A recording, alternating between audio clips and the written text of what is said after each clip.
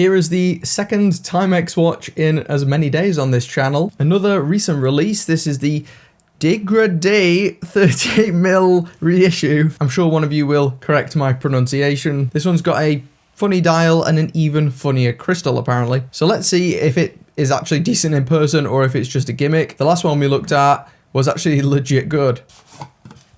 Now I haven't seen this watch yet, as you know if you saw my previous video.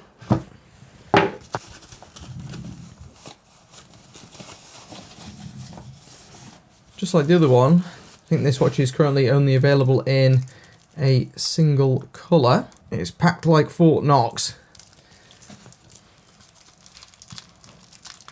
So this is a bit of a different bracelet style for Timex. Here we've got a kind of Jubilee style bracelet, which is quite different to the previous Q models.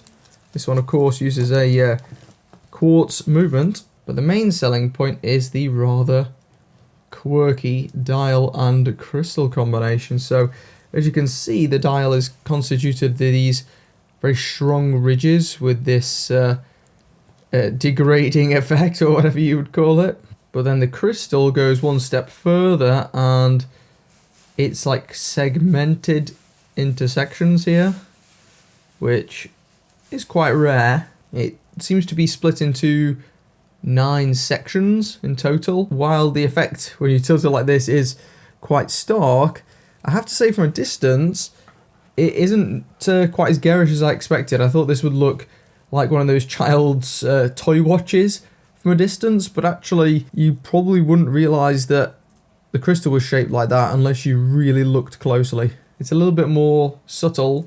Still overall looks very 70s as advertised. It's currently retailing for £180 on the Timex website in the UK. I will affiliate link it in the video description. The colouring is quite subtle overall too, so it might be a bit more wearable than you'd guess from the images online. So it's made of stainless steel, got that 38mm size. Other specs include the fact that this crystal is acrylic. Now I wonder if you did scratch it, if that unusual shape would present challenges if it came to buffing it or anything like that. I wonder if the erosion would take away the shape a little bit or smoothen it out. Bracelet feels better than I expected, I have to say. It's not the best thing in the world because you've got the problem here of no micro adjustment holes, so you can only adjust in link sized increments, but at least the links are pretty small. It still has a fair amount of weight to it, so I expect this would be quite comfortable if you could find a good fit. Case finishing is, you know,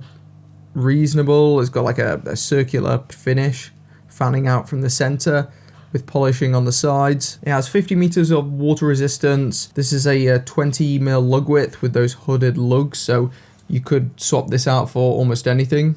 On the case rear here, you've got the typical cell hatch for quick access battery changes. This one seems a tad more flush to the watch compared to some of the other ones I've tried, so that's decent I guess, but they were never a big problem to begin with, and at least it means you don't have to unscrew the whole rear. And overall, the whole watch, it actually feels more substantial than the Timex Falcon Eye, which was also from the Q series, which I looked at a while back. This one definitely has more mass and solidity to the case. Overall, not my absolute favourite design, but I can see people liking this one more than I expected. When I first saw this, I thought it might be a bit of a flop, but actually I would take this over some of their other ones. Another one of the 70s models I reviewed from this Timex reissue lineup, it really didn't impress me, but this one is definitely better than that one, no doubt. Let's see how accurate the online measurements are. It's actually a little bit smaller, so it's listed as 38mm.